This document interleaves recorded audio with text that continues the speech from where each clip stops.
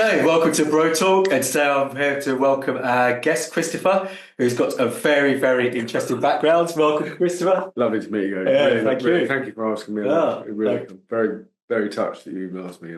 No problem at all. You're clearly fit now because you're playing paddle after this. I'm fitter than I was. Okay. I've been a lot fitter than this, but that's part of the journey that I've gone through over the last 18, 20 months. So but I'm playing paddle after this twice a week with the boys and reconnecting. Good. So we established almost 2 weeks ago when we first connected that we've got a shared South London background. Streatham. Yes, Streatham Balham. I mean, it was 2005 was when I left there, but I was there for 6 years Right. in 2005, and then what happened to me at that point with I had a manic episode, and that pulled me out of there and brought me down to Mallorca. So the whole journey is kind of done like a bookend. Wow. I wasn't expecting it. It wasn't a chapter I wanted to write either way, but there's always, they say things happen for a reason. So, admittedly you only see that in hindsight, but we'll see what comes next. So you're running a pub out my wife and I used to frequent. Oh, that's absolutely right. It was the Bedford at Balham.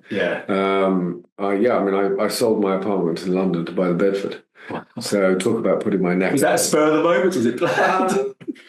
Looking back on it, probably it was a spur of the moment. It was also a lot of naivety. It was a lot of ambition. It was a lot of there was probably maybe I hadn't looked at the two sides of the scale. But one thing I'm very proud of is it was a place that changed a lot of things. Changed a lot of things about the pub industry. It changed a lot of things about people, and this was all down to the people working with me. Right, amazing people. And the Bedford went to a dark old boozer on the corner of Balham High Street, covered in train soot and all this kind of stuff. To one of the most celebrated and prestigious pubs, and had a global reputation. The period of your life? Yes, it was. It was an extraordinary period of my life. I got back into music and arts venues, and what I realised, and it's always the same thing, what you realise that I'd learned and what I'd missed and all the mistakes I made became more apparent after the equation. But in terms of what she was and what the Bedford is and still is and what she was and the people there, I don't think I made a mistake on one side. I took on I hate the word devious. I took on a business partner who took advantage of my mental health. Okay. And that it's ungrateful. I mean, I had an episode, and he basically used that episode to manipulate my partnership with him, and I lost everything overnight. Okay. And that actually put me not only in the hospital but also out on the streets. Mm-hmm. So that was a very, very, very the first seismic episode of my life. Okay. That's one of the main reasons we invite you to speak today, and thank you for taking that time and your vulnerability. And as you know, with Bro Talk, we're very passionate and determined about promoting mental health and importance, particularly with men, because it's not shouted enough about and that's not done enough. Can you give us more insight in terms of the episode that you experienced? And I suppose, up until September the 11th, 2001 was when I had my first episode. Mm-hmm. Up until that point, I was kind of happy-go-lucky guy, doing good things, making mistakes, doing all that kind of stuff. I suppose living a mumble-tumbled life. And I sold my apartment and I bought the Bedford, and my whole vision was coming to light. It was extraordinary, actually. I remember walking around the Bedford, and when I first saw it, because I got caught in the one-way system coming out of Streatham, because everyone said, you talk like this, you have a voice like this, you went to public school, you got to have a place in Chelsea or Fulham. And I didn't want that. I wanted to create a place. I'm very much a traditionalist. I wanted to create a place that anyone could go. It was a public house. And so for some reason I swept myself across and I was driving around Streatham and Brixton, Streatham, and I got caught in the one-way system, and it brought me down the side of Fernley Road, which stretches down the common. Yeah. And I stopped at the set of traffic lights, and there was the Bedford, 16,000 square foot on 4 floors on a Friday evening. And it was dark and dingy and everything else, but it was packed, and it just didn't make sense. And I had the most extraordinary deja vu. I just thought, I know this place, but someone must have told me. Anyway, it was Saturday night, that was it. And I couldn't understand it. Why is it so packed? And why is it so grotty? And why is it so packed? Anyway, I decided to go back and look at it. I couldn't shake this feeling. Went back on the Sunday, And I walked in and it was empty. It was absolutely empty except for four guys sitting down. There was a guy called James who was an artist. There was another guy, and I keep thinking his name's Michael, but he was in the city. And there was a guy called Harry who looked like Father Christmas with Molly, and then Harry Mole. And then there was another guy called, I have to use the word, his nickname was Fuck Off Dave, because every other word was fuck off. Okay. But they were just nattering. And then there was this wonderfully bubbly lady behind the bar, and that was it. So suddenly it had gone from hundreds of people. And anyway, I walked up to the bar, and I tried to kind of shake down the fact that I wasn't looking. I was just popping in, and so I kind of made up some rubbish about the fact that I wanted to go and have a look around the pub. Yeah. Because I was thinking of doing a party or something like that. And this woman just looked at me and said, "Only if you want to buy it." And I looked at her and said, "Excuse me." She said, "You're not here to do a party." And I said, "It's all right, true." Yeah. And I said, "Is it for sale?" And she said, "Yes." So I went back in on the Monday, I was shown around, I made an offer on the Tuesday, and it was accepted a week later. And the 2nd of August, 1999, went in, and it was amazing. We never shut the pub. It traded every single day, even when it was having asbestos. One, I couldn't afford it because cash flow was king. Yeah. And I didn't have the backing investment. The banks kept saying to me, no, we can't give you the money. So I literally had to do it out of the business's pocket, in a sense. And that applied a colossal strain right from the beginning. So the financial strain on me was enormous, absolutely enormous. And I had a business partner at the time, Johnny Clements, and that put a strain on our relationship. And I ended up not long after, probably about 7 or 8 months afterwards, it was just agreed that we were going in different directions. And he went off and became very successful up in Scotland. A brilliant man. And I have, there's no ill feeling, never was an ill feeling. It was just, putting people together is one of the most challenging things, especially when you don't know each other that well. And so I carried on, and it was just this constant thing. So meanwhile, financially, it was always, it was a big investment. It was like £800,000 to refurb the place. Back then as well. Back then, back then, exactly. So, I know when they did the recent one, it was millions. But so I had to hang on to that, and at the same time also keep the buzz and the life, because everything was word of mouth. And so on one level, it just went through the ceiling, and financially it kind of kept going on that way. And I think it was, even then, I think it's a very lonely place to be, where you don't want to show any weakness. You don't want to show, I can do this, it's no problem at all. I had amazing people around me. And I mean, tolerance, they put the capitals into every single letter. Because I wasn't easy, because on the other side, I was probably starting to fight with this condition within the inside of me.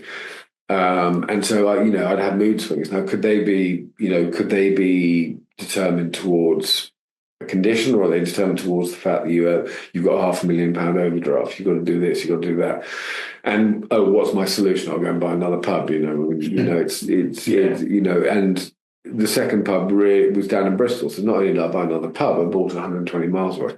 And that was all based on ego. And it was done that. And then I bought another pub near the Bedford and Clapham Common. And so I was stretching myself to such a limit. And at the same time, I would I was hiding. I was hiding in the reality of really what was going on, and not hiding away from my responsibility or what I needed to do. I was to manage my mind and my physical state at that time was incredibly challenging. And I didn't really drink. I took drugs. I did take drugs. And the trouble with those kind of things, then that suddenly becomes the defining factor. Forget what's going on at the moment. If you take drugs, that's it. It suddenly becomes the cap holder. Yeah. And so I suppose it just time built up. I absolutely loved it. There's still to this day, I think of it, and it was just one of the most remarkable times of my life. And it really changed so much for so many people, and not just the community. For me, it was about a community business. Okay. There was about 27, 28 businesses within it. So, when I walked in, it was, as you said, it was the comedy, and it was the quiz night, and I think it was line dancing on a Monday night, and that was it. And later on, it was literally everything you could wish for. You know, I mean, the music was incredibly important. I could see the vision when I walked around the pub. It was the first time when I saw it. I walked and I could see the people dancing. I could see the musicians, and everything about the Bedford was about supporting people within the arts. Everything had to be live. It was all about. For me at that time, obviously, Facebook and Instagram and all that stuff didn't exist really. It didn't exist at that time. So for me, it was all about the spoken word. It was all about. I mean, the staff are incredible, the manager's incredible, all the team were incredible because that's what was it's wrong to say the same point, but that's what was the real soul of the pub. It's the people within it. And, you know, people would come in and sit down, and it created this massive community and popularity, and it just sprung off everywhere. And it was like the Manchester United of buildings. I suppose I'm going on. So it's word of mouth how it spread. Absolutely. And I knew it worked. I really knew it worked when a journalist from Sydney turned up to do an article. So, you know, we won all the different awards. And yes, there is a process behind all the awards, but and so towards the end of my tenure, when finances were really causing me a huge strain, the pressure on me, and I had to dump this pub in Bristol and blah, blah, blah. When they offered me an award, I said, I can't take it. They said, you've got to take it. They said, you've got to take it. I said, I can't take it. Because I can't sit there and say we are the best of when actually it's only X% above the waterline. It's like an iceberg. Okay. What one sees on one side is not what was happening behind the scenes. And I remember I refused to go to the award ceremony and all this stuff. I was also in a very, very, very dark place. I was finding it very difficult. So anyway, two guys went along and said to me very sweetly, and they were sitting there, and they got the first award, which we knew we were going to get. But the reason they wanted to get the award is because they'd created a special award, which was best pub in the country. Wow. So they were sitting there. So when they were and I got this call afterwards saying we won. I know we won. And they said, no, we won. And they started describing the Bedford, and my colleagues that were there at the time, and I suppose friends, I could arguably say at that time friends, they just sat there going, hang on a second, this sounds like something we know. And it was extraordinary, and that was a huge compliment, not obviously a massive compliment to me, but to everyone involved. Yeah. And that also meant the people that had come and gone and whatever, but it set light to something. And this equally was after, so I took over the pub in 1999, and the pressure was really building up like a pressure cooker. And it was September the 11th, 2001. And I was down in the pub in Bristol, and that was really having a tough time. There's a lack of honesty from the brewery about how good the pub was. So I actually walked into a mess. Okay. And everything had been oversold to me. Oversold, and I overpaid. So I was fighting, and it was draining everything and everywhere. And I used to commute backwards and forwards, my two Newfoundlands in the back between London and Bristol. And I remember we were standing there, and everyone kind of remembers where they were, moon landing, Dinah's death, the Twin Towers. And I remember standing there and watching it like everyone else. I mean, the world stood still. And my mother, my sister, my brother-in-law, and my nephew were in New York, and my father was in Washington. So it was like, holy shit, this is, Houston, we have a problem. This is serious. And I remember, everyone was all right. Everyone was kind of stunned. I mean, no one cared about what was going on in the tills that day. It was more the stunned. And then I decided I was going to drive back to London. And I drove back to London, and normally I'd drive and I'd put the dogs in the back, turn the music on, drive down the motorway, and it was great fun. I remember I just drove in silence. It was like this, drove back in silence. And I pulled up the Bedford, and I walked in. I was dying for a pee. And I walked in, and you could feel it. I mean, it was tangible. I mean, you literally could feel the energy everywhere. It was extraordinary. And I went to the loo, closed down for a pee, left the dogs outside with the boots open, just ran in. And I'm going to say it, there was this postcard that caught my eye, and it was a postcard in a marketing postcard rack. We didn't normally do it, but we did our own. We had so many, but I've been away for a bit, so this one that caught his eye, and it was a drawing of a plane going across the New York skyline, going into two things which were where the Twin Towers used to be, and this massive sun behind it, and it was designed 8 months beforehand. But it triggered something in me. It was like, I went down a rabbit hole which I was neither looking for or anticipating at all. Yeah. And that was when I started to develop this higher side of mania. And it really shocked a lot of people. They could deal with, Chris was eccentric, Chris was this, Chris had a lot of energy and all that kind of stuff. This was a different ballgame. I was starting to talk and think right out of the box. I was talking about numerology, I was talking about all the esoterics, I was talking about timelines, this and that and everything else. And it started to shake the foundations. And I ended up running away. I ended up kind of having to hide because they wanted to do an intervention.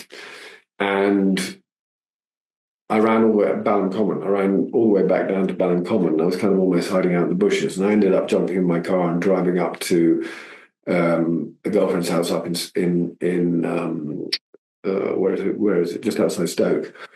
And I was there, and her parents were absolutely lovely. And I remember walking in the door, and her father was standing there, and he just looked at me and he was not what I would call the most tactile person, but he just opened his arms and hugged me.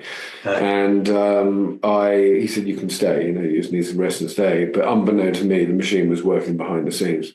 And the next day, I think it was the next day or the day after, a doctor turned up.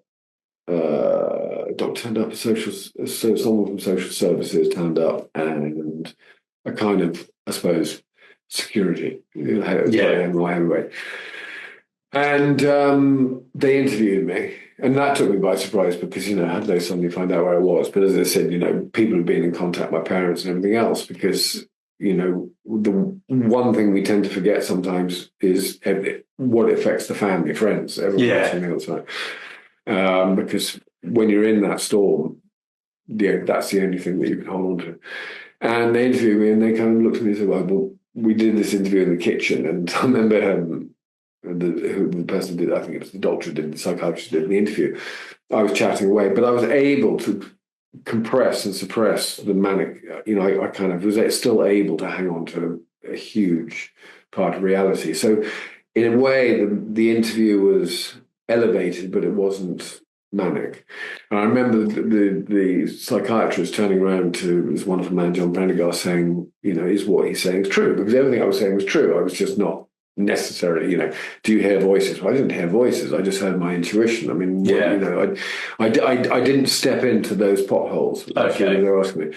And I remember him turning around to John and saying, so is what he's saying true? And John looked at him and said, look, Chris, and I say this modestly because it was for me. He said, Chris is one of the brightest people I know.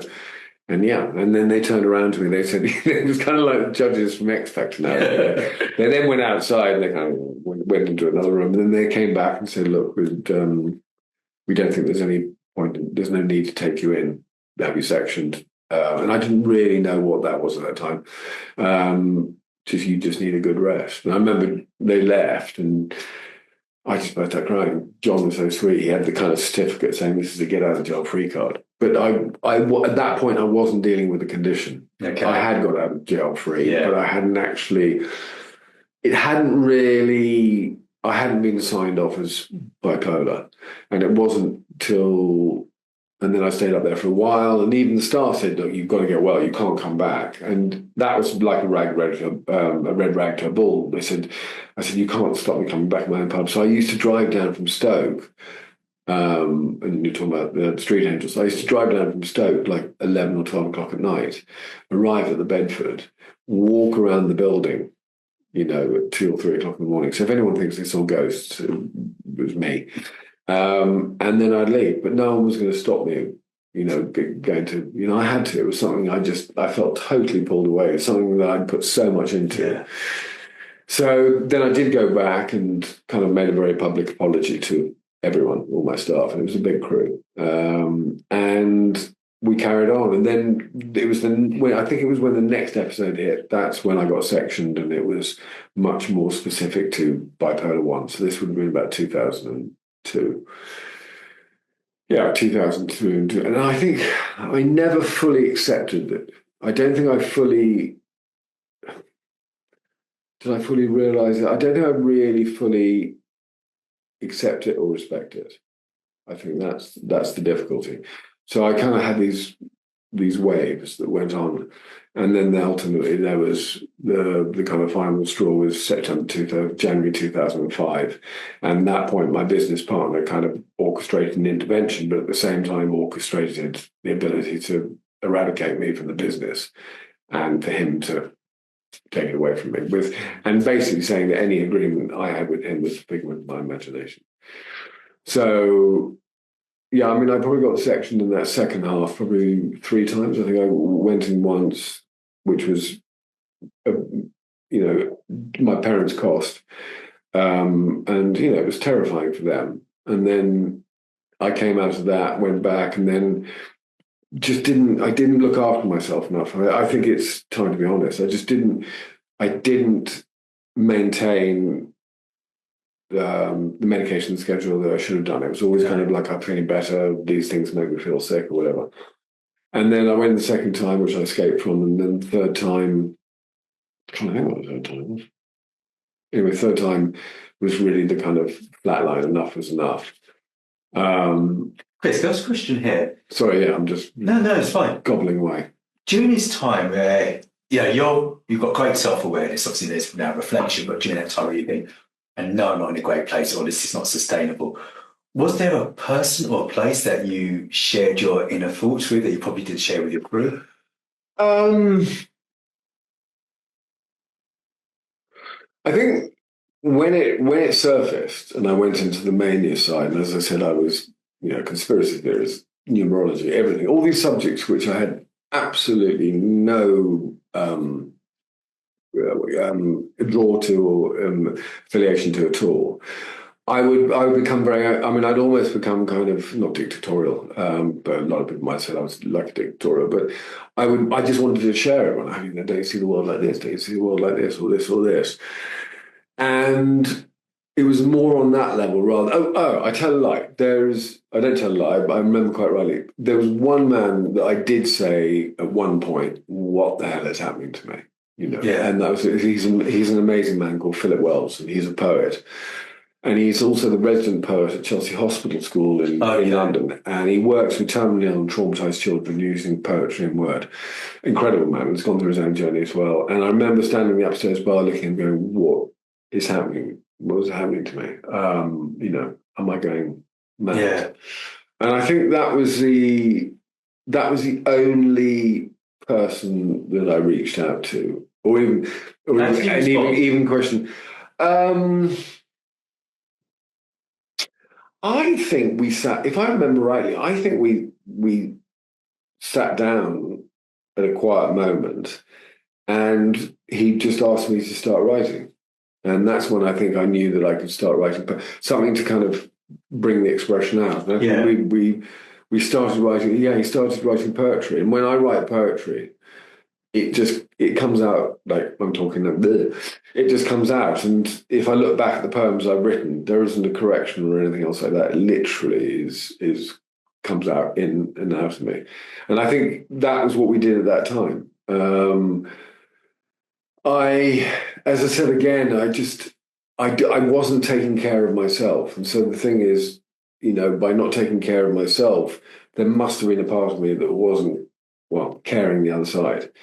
And because the high was so high, and as Heston Blumenthal has talked about a lot, in fact, someone sent me the Heston Blumenthal chef has sent me a thing today from his interview with This Morning, because he was diagnosed as bipolar last November, November 23. The same time I was in a section here, and he's talking about it, and he's talking about, when you're in that high, and he's quite right, you feel like Superman. It's like everything makes sense. You've got ideas streaming, you're doing this, it's, your sleep pattern anyway is out of sync anyway, but you've got this unbridled energy.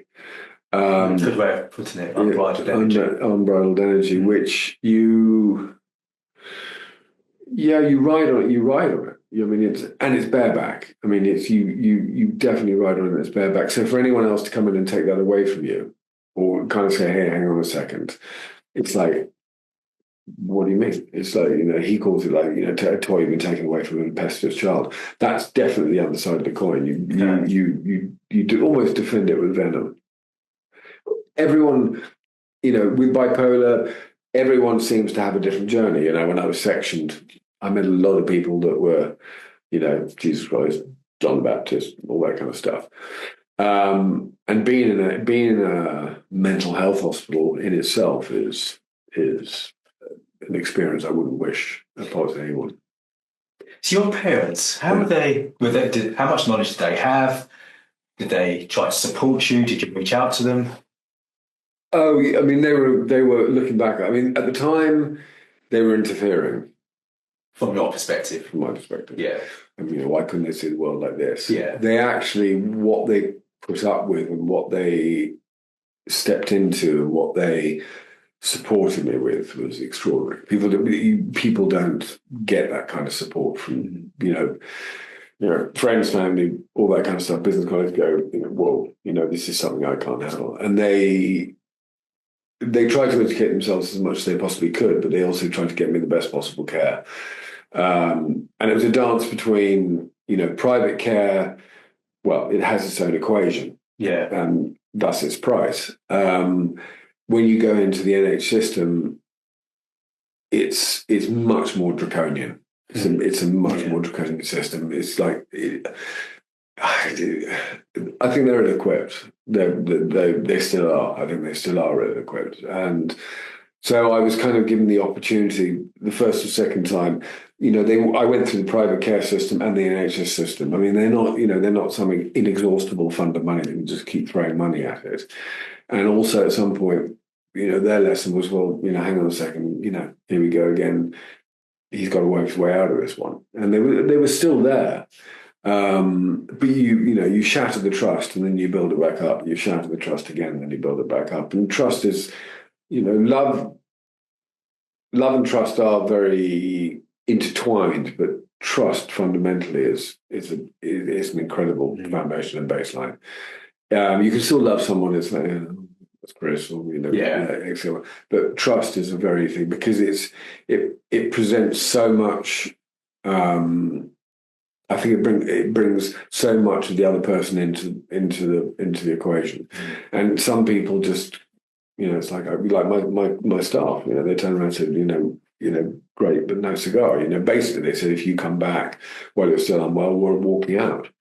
And I went, okay, I'll do it myself. And literally, kind of, I wasn't going to be threatened, whereas you become very inside. You go through this weird medium of being astute. You go from an elevated to a heightened, to being really deeply insightful, to being totally sightless, and that hits everyone at different levels. Everyone at different levels. It's. I mean, the episode that I had recently. I mean, I was just evil, absolutely evil. Whereas I wasn't like that 20 years ago. Are you able to share more about the recent episode, Chris? Yeah, I mean, I'm still very much in the rebuilding journey. We've talked about this. It happened in 23. So 2023, unbeknown and unaware to me. I mean, I was playing around with medication. I wasn't being strict and grounded about my medication, which was might put at risk. And particularly, statistically, 60% of people who have bipolar come off their medication. I'm not saying that's an excuse to fall into that category, but I was messing around. I was playing Russian roulette with my medication. And as I said to someone the other day, in terms of playing Russian roulette, instead of having one bullet in the chamber, I had 5. So it was very much the liability was much greater. Yeah. And I mean, well, you moved here and you know what life is like here. I mean, it's a new foundation, but it's when you get momentum, when you get, so many incredible people, diverse and all from around the world, fascinating, interesting. It's not just about, as you say, coming in for a quick holiday and going out. Living here is a very different thing. And I had this amazing life. I mean, I had incredible friends, and some new and some old. I mean, one reason why I came to New Yorker was because I found London so oppressing. It was not something, and I'm a photographer. So one, it was incredibly challenging on that respect. Two, I've been doing a lot of yachts over my photographic career, and that was building up much more momentum. Yeah. And so obviously this is the mecca of yachts. I mean, in terms of the industry, it's a sizable chunk of the Northern Hemisphere yachting industry is based here. It's not just the glamour of Cannes or Monaco. And one of my oldest friends and dearest friends was here, and there were a couple of other people, and I came down for a trip, and they said, you should move here. So I had this wonderful foundation of friends, the opportunity to really, build on my photographic career. I had to find a home away from home, and so I stayed with a great friend who was a yacht captain, who I met coming out of the Bedford, who also weirdly lived just up the road. And That's strange. When I had my interviews, I know the Bedford. Yeah. And born on the same day as me, although younger. And so I had I had a beautiful flat and everything else. And I think my elevated mania, I was so much in the center of this, I suppose, the hurricane that was happening. To me, everything seemed normal height, and I had so much. I was kind of euphoric. I went kind of happy to euphoric to mania to psychotic. Okay. And I saw myself less and less. So it would have been building up probably June, July. It was a couple of years after my mother's death. Did my mother's death have an impact on me? Absolutely, without a shadow of a doubt. It had a colossal impact on me. And I was able to lean on, not much. My father and my mum were married 62 years. Wow. And my sister and my father were there, and I was away on a job, but I wouldn't have been, my father said, your mother would want you to do this. She had a massive stroke. But we talked about that. Yes. And I don't think I ever really stepped into that grief. I think I suppressed it and I pushed it down, and I didn't. Okay, at that time I was 55, but it just tore the heart out of me, and I think that was then the momentum that there might have been a kind of seed that was the momentum that started happening. So when I really, in my height, I was driving around everywhere and everywhere. We go and wait and go to Palmer Airport because I felt it was the most energetic and wonderful place to be. I had the answer to everything. I had the answer to everyone else. My weight was dropping dramatically, although I couldn't see it. Okay. It wasn't, a lot of people they question the drugs because I was smoking marijuana, but people said, you must be on coke or something's wrong. No, you weren't. I mean, psychosis is a drug in itself. Yeah. I mean, it's, I couldn't self-medicate myself with marijuana because I would just keep going up, although I was. But it was not providing any solace. I never at any time questioned it, although I was questioned. And those questions have been presented over the last 5 years. Dear friend of mine has, sat me down and said, you're going a bit high. And okay, I've been defensive about it, but I've heard it and I've managed to do that.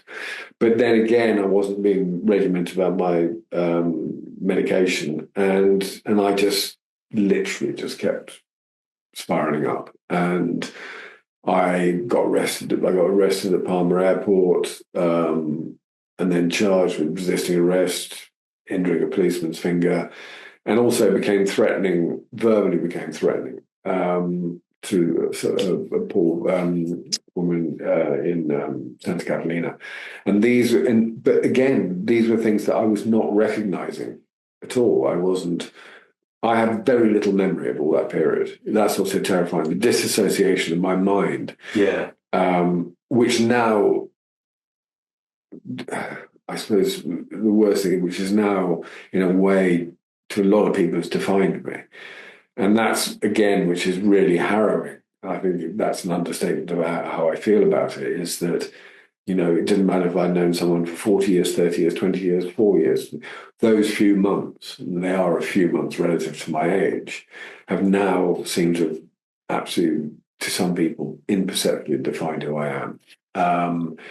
And so many people tried so many things. They tried to get police intervention. They tried to do this. They called the British consulate. No one could do anything. I was like this radioactive soap bar, and no one could catch me. And they all decided that the best thing to happen was it had to run its course. And they were fearful that I was going to kill someone. They were fearful I was going to kill myself. And I'm not saying, kill someone as in I'm talking about driving around in my car, just no boundaries at all. And so I went through that, and I ended up with a restraining order against me, and they kind of froze my driving license and So I suddenly couldn't even go back to my own apartment. So I kind of went there, gathered some stuff, chucked it all in the car, and escaped to Ibiza.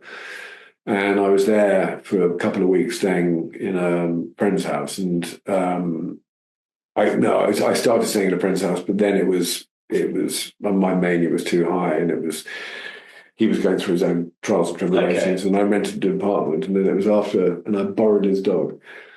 Beautiful dog, beautiful husky wolf called Kaya. So, but in a funny way, she kept me around. But then, all these things were absurd. I mean, they're utterly, utterly, utterly absurd. I mean, someone filmed me dancing at the airport, Palmer dancing around my car, and that got 250,000 likes on TikTok. Subtlety was not an equation. Yeah, subtlety was not an equation. And and then the police. They finally, behind the scenes, they got the police to come to where I was in Ibiza, and the doorbell rang. I looked through the spying eye of the apartment door, and there was 2 policemen, 2 doctors, someone else, and the receptionist. And there was something at that point in me that just went, okay, I'm done here. There's no. She conceded.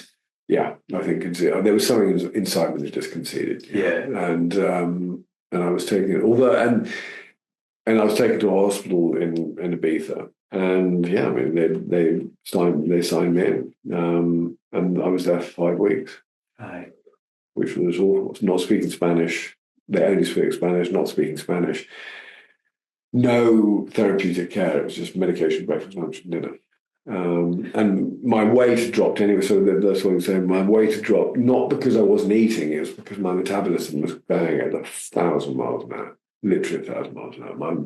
My metabolism would keep up with it. So I lost so much weight, which again I thought was impressive. I looked in the mirror, it's amazing. Yeah. But actually, I was deeply ill. So your mum had passed. Mum passed. Yeah. Your relationship with your dad, was he still in contact? My relationship with my dad, my relationship with my dad was very good up until that point. But when I became manic and then psychotic, he became the absolute focus of my vial. He became, my absolute nemesis. And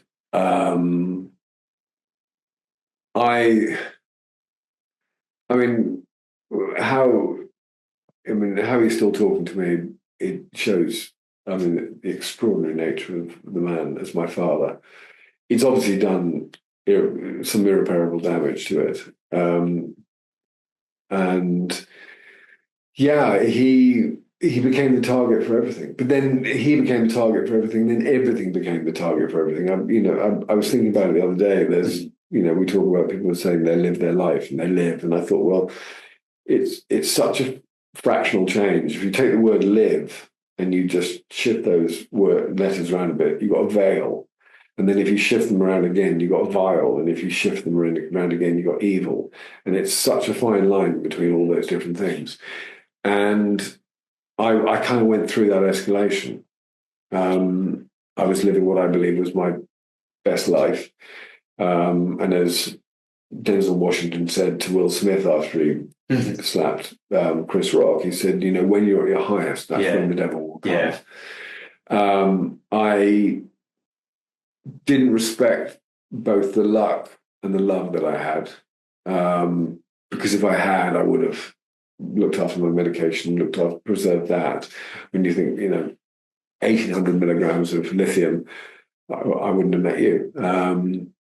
But there's something psychologically that I battle with, and I'm okay, Jack. And when I felt okay, I was like, that's the last thing I need to put inside me. And then meanwhile, the balloon's shooting up into the sky. And yeah, it was brutal. Basically, the people that I became most venomous towards were the people that, one, were my dearest and people I love the most, and also were the people trying to help me the most. Yeah.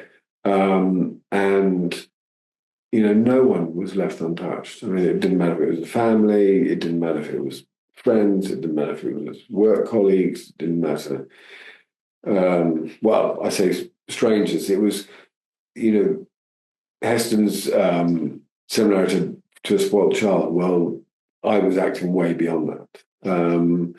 And I was, as my dear friend Hamish said, who never let go of the balloon. He didn't matter what I threw at him. He never, I think I would be I think I'd be a name on a tombstone if it wasn't for him. Okay. And he wasn't going to let go. There's something inside him that wasn't going to let go. And unconditional love is beyond measure. Unconditional love is beyond measure. And, not only was he living his life and doing what he had to do in his life to be best, but he was also having to deal with mine tearing apart around it. And, remarkable. He's a man from, he's a heaven on earth. And there were very few people, because everyone, we had to step back. We can't do it. And I kind of weaponized my phone. So I was sending manic messages. Right, I'll send it to that person. Oh, no, I'll copy it to those 30 people. And, it's kind of, it couldn't have been more public. Obviously, you've had much time to think, reflect, play with a story, go there and back again. What were you really searching for? What was the need for Chris back then? God, that's a clever question. That is a hell of a question. Talk about stopping me dead at the traffic lights. I think there was a huge, and maybe still is, a huge amount of suppressed insecurity. It was almost like I was both overzealous and over extreme in the fact that I wanted to demonstrate what a perfect life. You're surrounded by people who are hugely successful, doing this, doing that. They've been doing it a long period of time. My life has been a scattered equation. Although all those plus I did this and plus I did that and everything else, however sometimes tangential they might feel, they all kind of led to this point. And there's something subconsciously in me that I think was ego, insecurity. I think it was everything that I'd suppressed. Okay. It was like lifting the lid off Pandora's box. And so on one side, you had developed this insane, because I'm actually quite a shy person. I'm actually, I prefer to be behind the camera than in front of the camera. I'm to go around kind of hard selling and all that stuff. I'm very bad at it. It's kind of like word of mouth. So I was doing everything that was directly the opposite. I couldn't have, promoted myself worst. Okay. And people would just, literally, it was like the tornado warning. People were closing the doors and going down to the cellar all like this again. And so, going down the cellar before the storm was about to come through. And this tornado and this typhoon of me was just sweeping through. And it,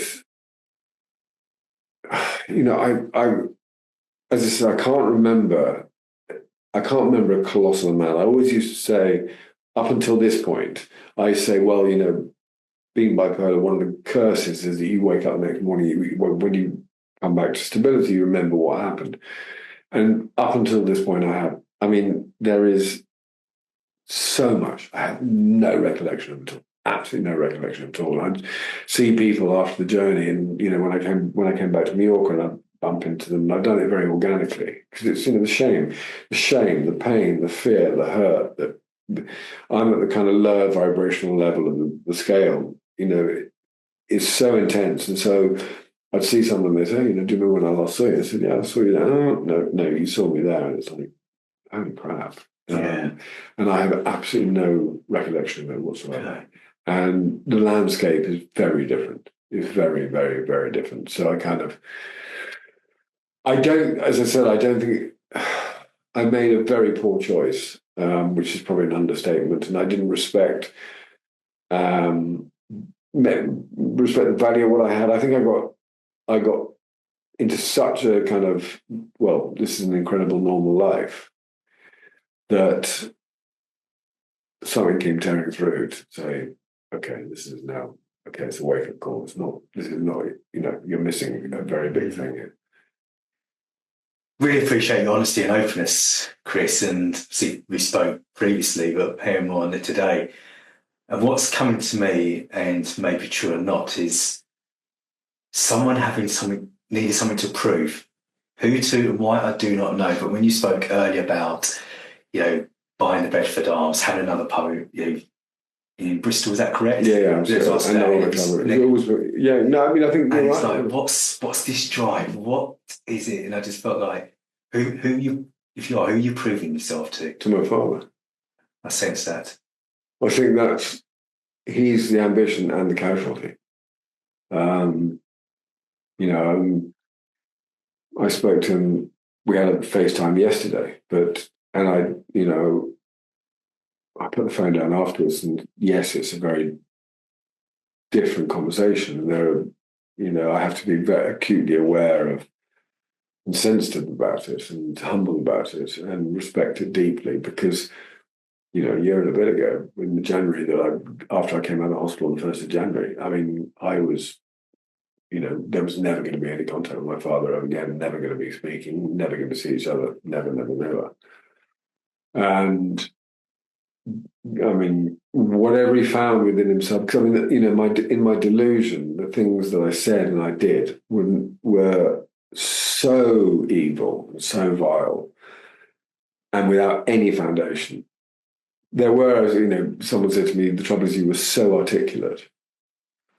And so, and... Is that your weapon, your mouth, one of your weapons? Yeah. Yeah, it has been, yeah. And it clearly has been. But it's not, but I'm not even, why am I wielding that weapon? And that's the bit that's why your question was so astute. Yeah, I mean, I've looked up to my dad all my life, and maybe I think I wanted to look across at him instead of up to him, and it's not that that's not possible, but the pain and the strain that I put. I mean, thank God my mother wasn't alive, although I'm sure she's watching over constantly. But it was something that no son should ever say or act towards their father. And it's very difficult. Saying I'm unwell isn't an excuse. It was my responsibility to take my medication, and a lot of people. That's where the line has been. Becoming ill and what happened when I'm ill is one thing, but the fact that my responsibility was to take my medication and to do that, and that's the bit which people. I think that's a lot of people is the most challenging, because you just have to do that. And I thought about it the other day. It's one, as I say, there's a statistic that 60% do. Two, once you're feeling one thing and all that kind of stuff, life goes slightly out to the wayside. Even people who are normal, they start doing other things, whatever.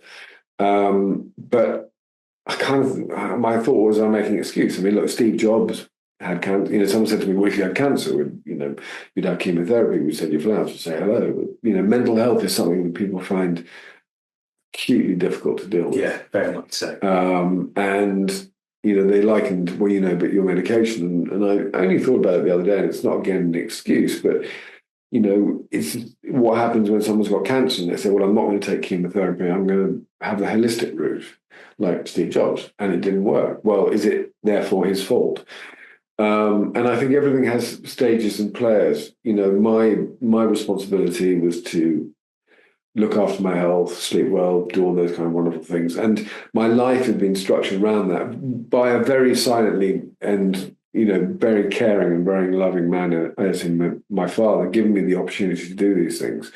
Him also knowing that at the age of 50, 55, I shouldn't, whereas other people are looking at retiring, I'm just starting another career. So, the burden put on him as a father and a son. And yeah, for me to come out wielding this, I suppose it's reverse shame, wielding this, molten axe. And, I haven't spoken to my sister, and I don't know when she'll ever talk to me again.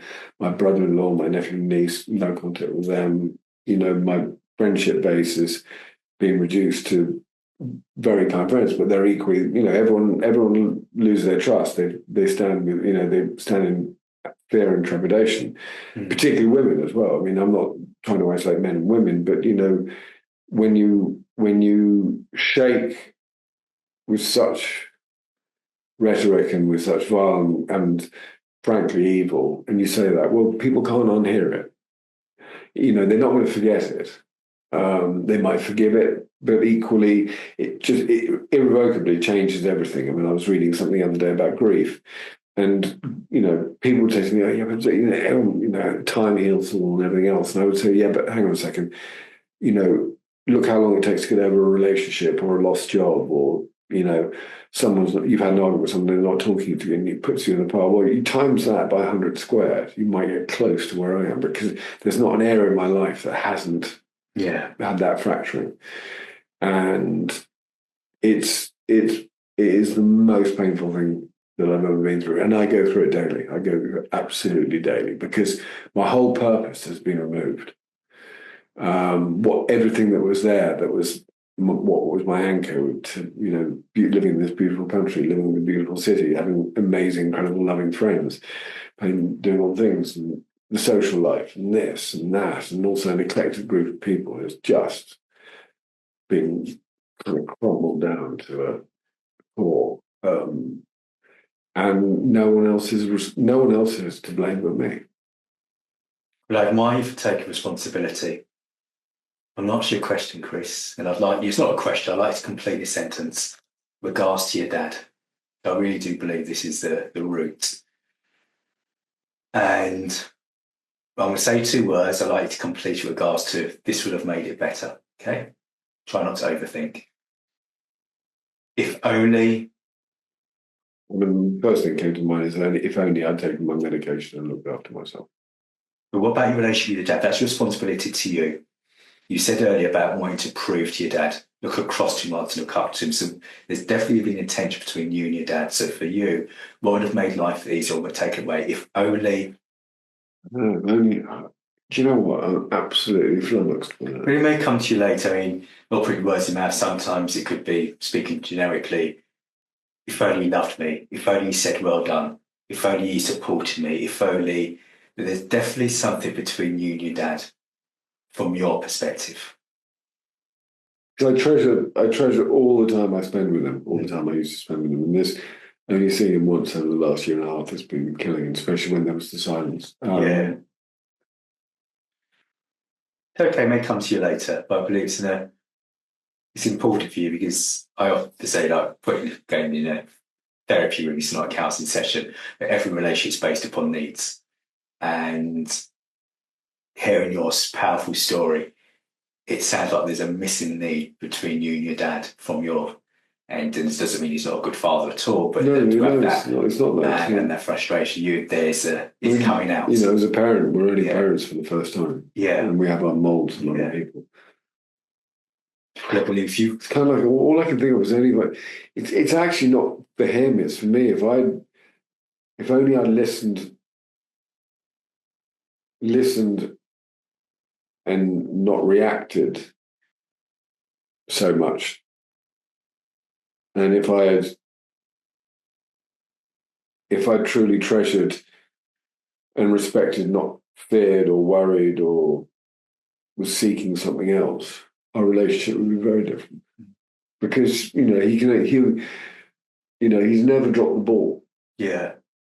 And, you know, he definitely placed it on the ground last January, but then, you know, we moved back into a path. But he said, you know, he said, you got to do it on your own, you know. But I was pleading for help, and you know, he said, as you pleaded, I'm here as your father. But it wasn't, you know, and that was a really sounds like an amazing man. Yeah, he is. He really is. He truly is. Actually, he really is. And where I either lost sight of that, respect for that, or I felt that I needed to achieve to be better than him, and if I couldn't be better than him, then I'm going to destroy everything. I don't know. But if only I'd listened more and said less. Okay.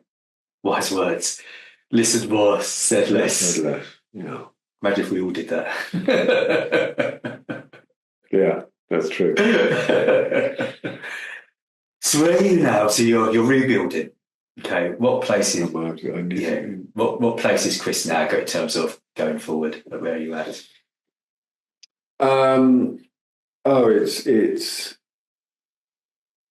It's brutal. I'm having to rebuild my life. I've now kind of put a support structure around me. I went into rehab in England, not really necessarily as drug. It wasn't about taking drugs, it was the front runner. It was why I wasn't taking my medication more. Where was that mindset? I felt it was important to come back here to face up to my consequences and to face life like that. And people have been amazing. I mean, obviously, there's not the big wide open doors and did it on the fanfare is back. And I have to also respect the silence. But I just felt that it was important to come back here. I mean, I love New York. It's my home. The future is uncertain. But I just felt at least this year was to come back and get emotionally and physically fit as possible. Because when our energy changes, the energy of other people changes. And I can't do that from, you know, London's. I kind of said I'd rather be lonely in New York than alone in London. So it was that equation. Yeah. Because it's been great. And I had this amazing friend of mine, Nina, who I've got to know more over time, but, you know, was the only person who put up her hand and said, come and stay with me. And, you know, I was with her 5 months. I was basically living on her sofa for 5 months. So, yes, it's all about the baby steps back and doing what I can. And, you know, the reason we met was because I went in to go and have a chat to a lovely couple of people, wave and, you know, Sarah and say hi. And we were all talking, and the football something came up, and I said I'd throw my hat into the ring and take photographs. And so, you know, it's all that. But at the same time, I'm carrying such the burden of shame and anxiety. It's perpetual. It's, you know, I'm sitting with it much more than I did last year. You know, beginning of last year, well, for a long time last year, suicide was the only thing I could see as the way out. So I'm very glad to be here. I'm very pleased to be here. Oh. But I feel every day it's still very much working on my nervous system. Okay. Well, we're very pleased you're still here. And there's so many things to take from this, but what I really do take and admire you for is that you return to face the consequences. Yeah. And that says a lot about you and how your dad still remained a father to you. Yeah, he's been absolutely extraordinary. Yeah. And people have to protect themselves. And he's sure. Well, thanks so much, Chris. I hope and I pray that with your family relationships, slowly and surely, they'll reconnect, rebuild. Thank you, mate. And the fact that you haven't shied away, you have chose to live. It's a choice. Yeah. And you have chosen to live. Yeah. You've chosen to face your consequences and to rebuild and to talk about it. And there's so many other Christophers out there who need to hear this story for encouragement, for strength, and think, okay, I'm not alone, because we don't plan to be in these dark places, but we often get there. Thanks so much for sharing the story. Thank you very much indeed. I really appreciate it. Thank you.